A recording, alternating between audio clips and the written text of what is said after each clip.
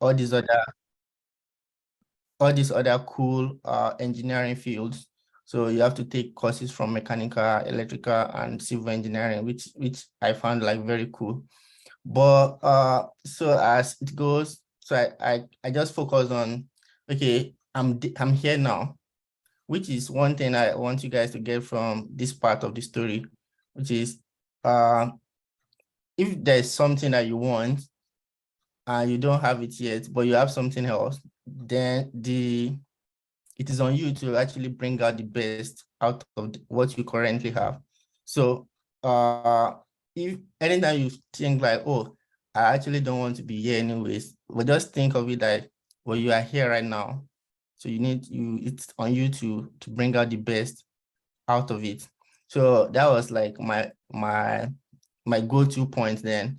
So anytime I felt like discouraged, anytime I felt like, oh, I wasn't doing very well, or I wasn't doing what I'm supposed to be doing, or what I really wanted to do, I was like, okay, I'm here anyways. So if I didn't want to be here, I could just probably apply or write jump again, and then choose maybe a different course, and maybe I will get in.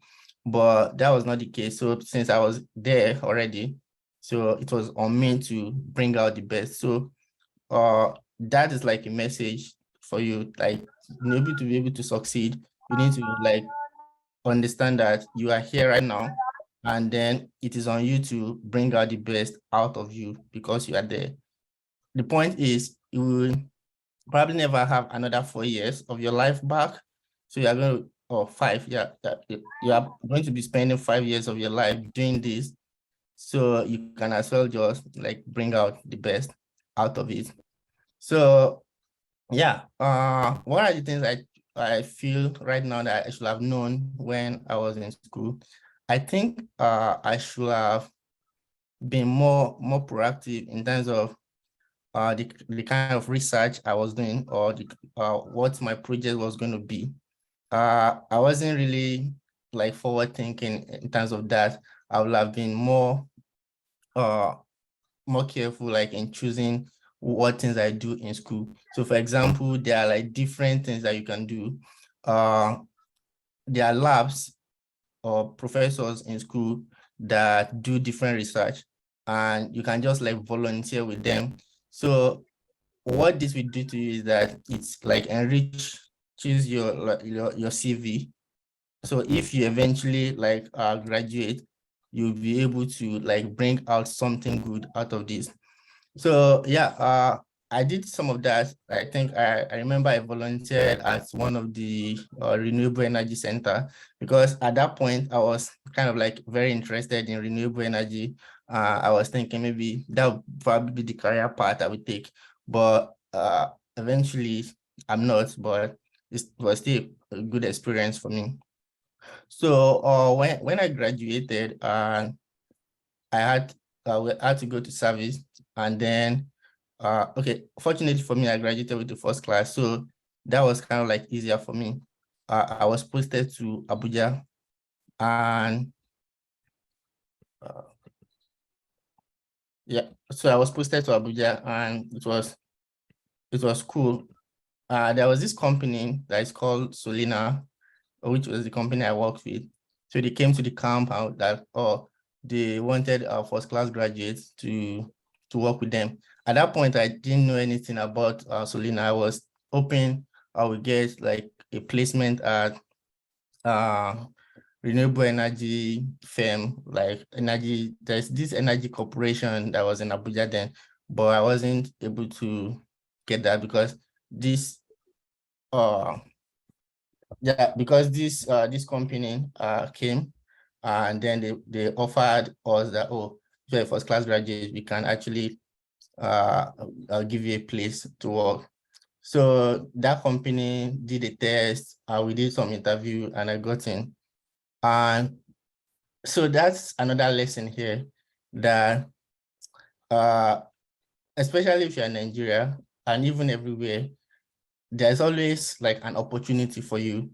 So regardless of if you study physics, or if you study one of the engineering fields or any other thing, if you put in the effort when you are in school, there will always be opportunities like opening up for you eventually. So this was one of those lessons that I kind of like learned along the way, because if, for example, I've not really graduated with the first class, for example, I'll probably not have had that opportunity to work with the company. So which is like kind of good. So that kind of tell you that whatever you are doing, excuse me, always like try to bring out the best in you.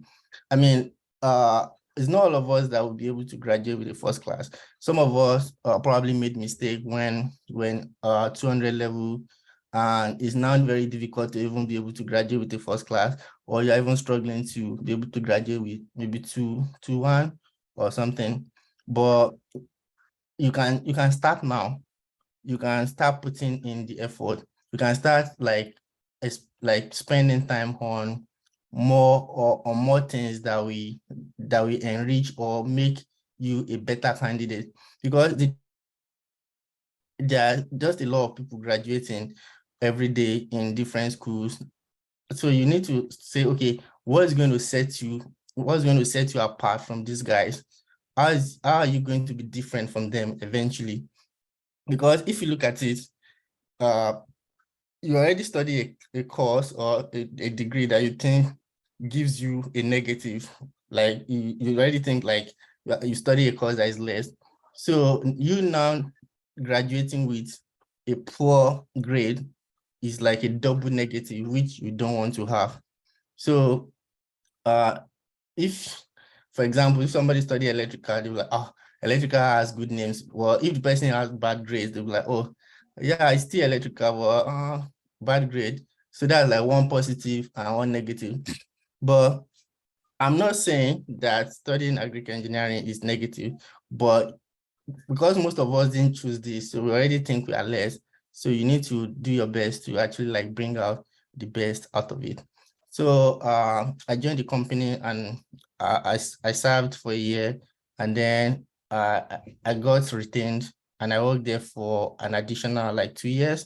During this time, I worked with a lot of like great people because we're working directly with Bill and Melinda Gates Foundation. So we like usually have like twice in a year meeting with Bill Gates and Dangote. Like I was working directly with very important people. So at that point, what I studied in school did not like matter anymore. Just what matters was, how can I think? Do I know what to think, or do I know what to say? So that's one thing that an engineering degree will do for you. So you need to know how to think. You need to know like how to like solve a problem, because the essence of engineering is just problem solving. So if you can like really solve a problem, then you'll be able to go far in life. So at that point, it was cool. And now, not to brag, but I remember a lot of people that studied the super cool engineering fields like mechanical, electrical, even maybe civil. A lot of them were not really like doing or not getting job in a place that is like as cool as where I was working. I remember I was like earning a lot compared to most of the people I know, and a lot of my friends in other fields were like always saying, and if possible, they can get job in that my company, which was good. I was kind of like very happy, because it shows that you can actually come from agric engineering and you can make something exceptionally good for yourself by being like by being your best or doing your best when you're in school.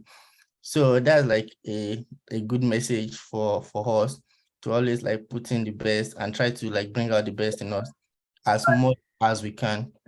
So when I worked in the company for a while, I then left to do my master's in the United States. So at this point, it was clear that I kind of like I like engineering, and because I was working something related to health in my company, I felt like I was leaving engineering, which was not cool. So I wanted to go back to engineering. So that's why I went back to school. a lot of people, when I tell them how much I was earning then, they were like, why did you leave? Like, why did you have to leave? Like, because I was kind of like earning a lot. So people just like were confused why I would like leave that and like go back to school. But I mean, it was kind of like what is, because, you know, you always want to, I've always like had this idea of like doing a PhD or like at least a master's after my school. So it was cool. And I was happy like I did, because here, I mean, there are like other opportunities and that you can like go into that would probably like earn more money. So now, what can you actually do with agric engineering, which like the focus of like the today? So like I've said, along my journey, I've done a lot of things. I've worked as a consultant. So that's one thing that you can do. You can be a consultant in like different fields, because consulting is about problem solving, and being an engineer, that's one basic thing that you need to know how to do. You need to really know how to solve problems. So that's one thing you can do. Then you can also you can be an agric engineer, but in Nigeria, we know that that's like very difficult, because there are not really opportunities to say, oh, you're an agric engineer. So what then can you do? You can focus your plan on different things. So for example, right now I'm focused on robotics, control systems, computer vision. Those things are always relevant. So that's one thing I'm going to like encourage you guys to do. So there's just a lot of information online. There's a lot of useful things online that you can learn on your own, especially when it comes to deep learning, when it comes to like computer vision, when it comes to like programming. Like those things are, you always be important, they will always be useful. So with that, you can bring out the best out of you, regardless of like where you find yourself.